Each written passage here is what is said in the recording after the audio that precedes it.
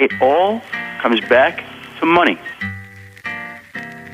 This is the Keeping Your Money Show with Jamie Westenbarger and Bart Steindler. All right, welcome back to the Keeping Your Money Show. I'm Jamie Westenbarger, joined as always by Bart Steindler. If you're missing part of the show, I want to remind you can find it on our website. Just go to keepingyourmoney.com. You can also find us on Facebook and Twitter. Just search for Keeping Your Money. Or if you want to listen to the whole show or certain segments of the show, you can also find it on all of our podcast partners. Just go to iTunes, Google Play Music, SoundCloud, YouTube, and Stitcher, and search for the Keeping Your Money Show. You know, Laura, I don't know if you know this or not, but we got a comment the other day that they were happy to see that you had updated the podcasts. So Laura has been diligently working on some website updates and fell behind in the podcast uploading. And we had somebody on Facebook say, I'm so glad they're there. I thought you guys were gone.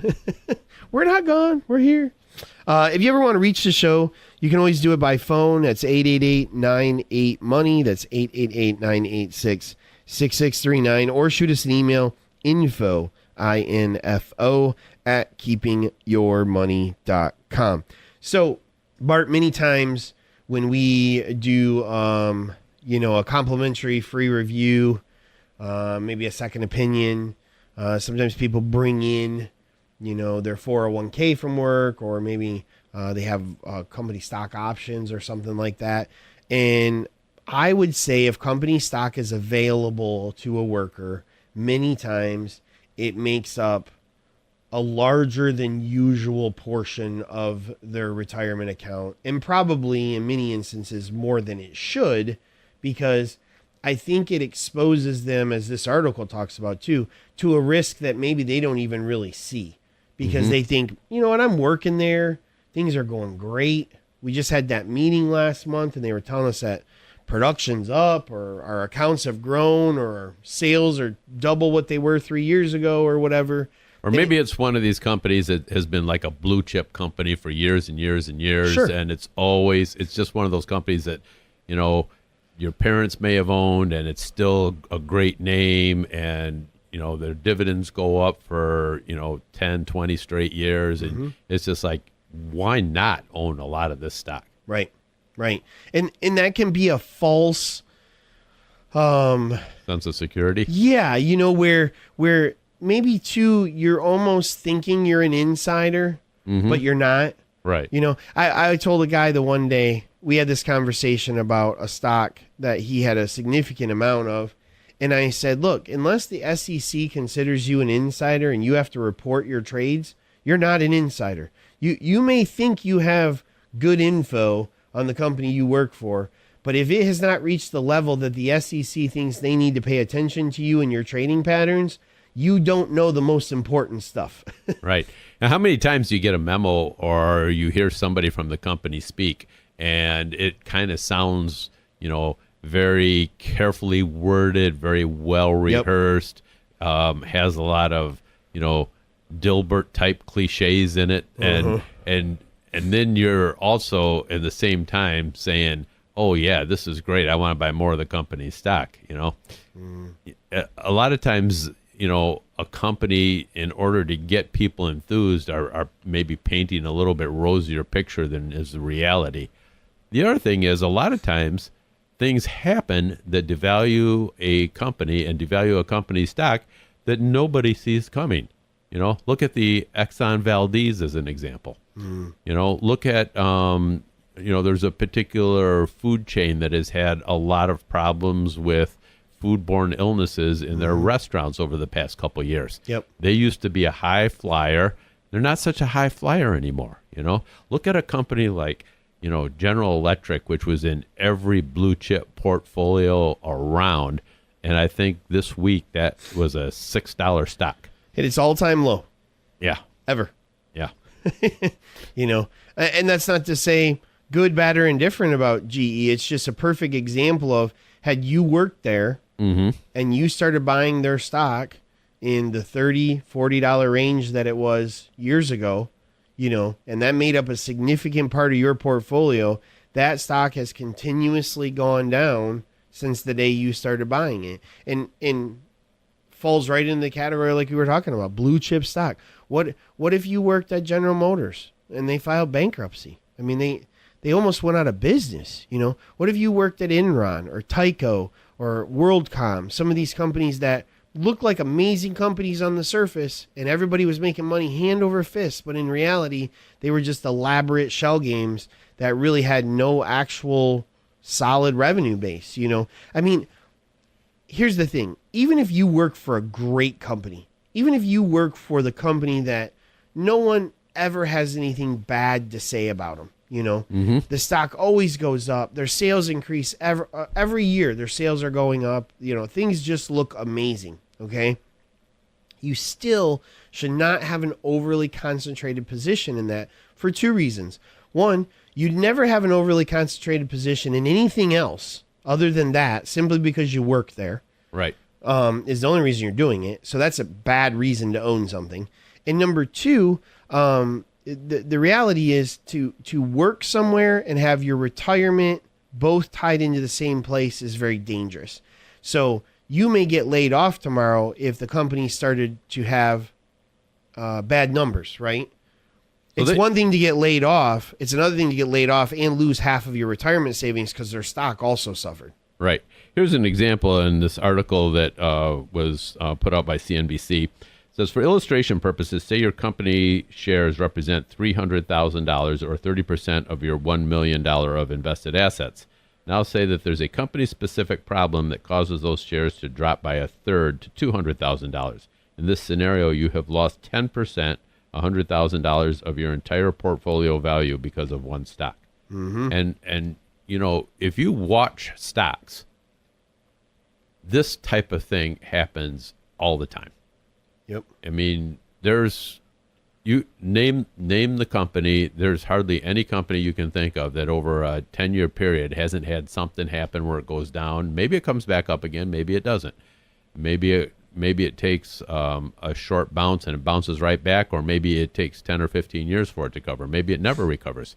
It's just too much risk to have in one position. And they make some suggestions, and you know, Jamie and I don't like to get into hard and fast percentages of things like that.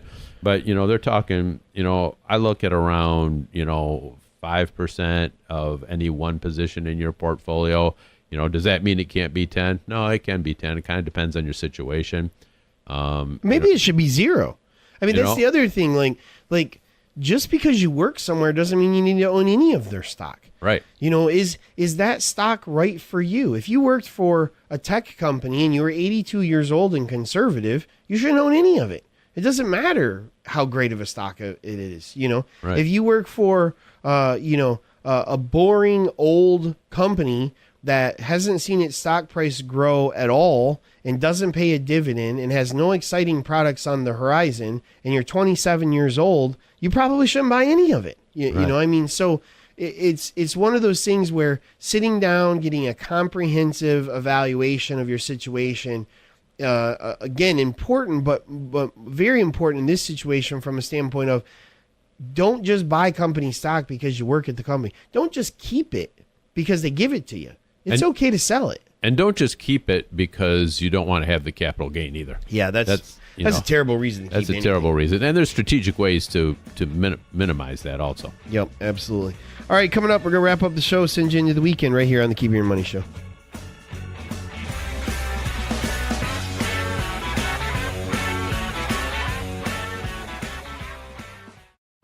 There's no one-size-fits-all when it comes to planning your future. Jamie, Bart, and all of the advisors at the Keeping Your Money Show understand that your financial goals are unique and your needs are going to change at varying stages of your life.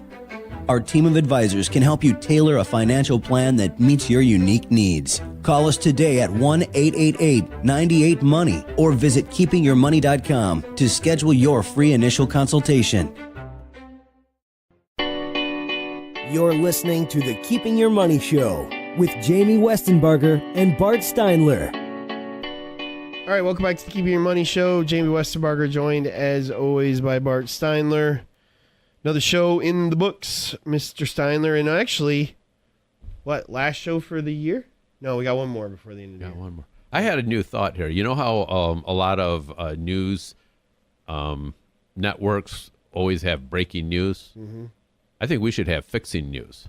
Fixing news? Yeah, like Explain. we have news that will fix your retirement plans.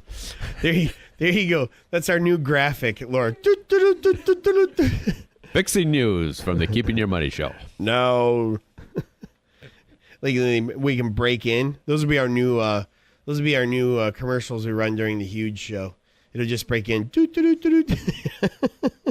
You might be onto something, Bart.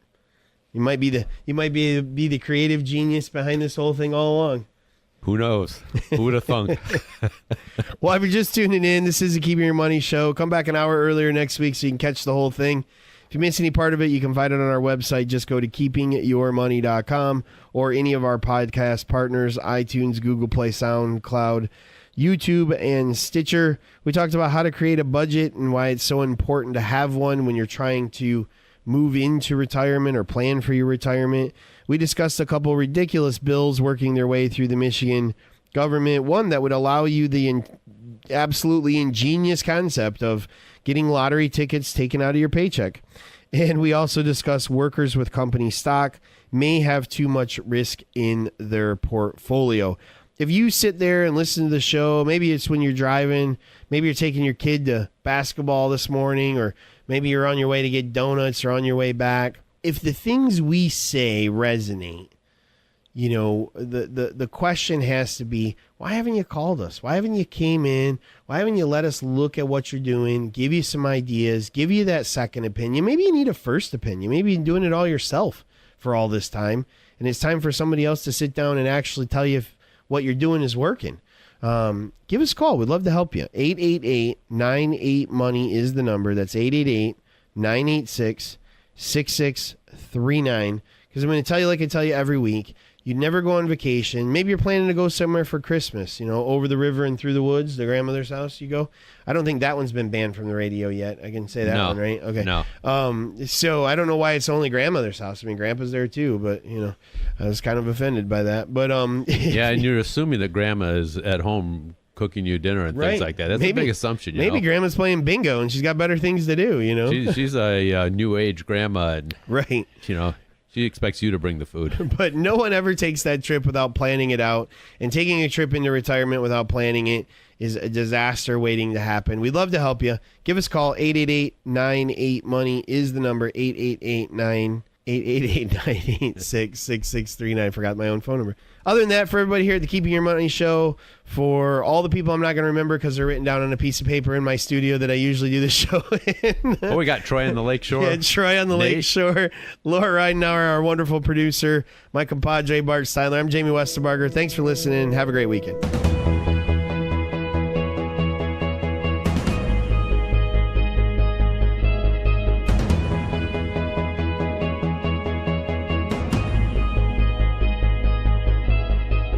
Registered representatives offer securities through Securities America, Inc., member FINRA SIPC. Financial advisors offer advisory services through Securities America Advisors, Inc. Forest Hills Financial, Inc. and Securities America are separate entities.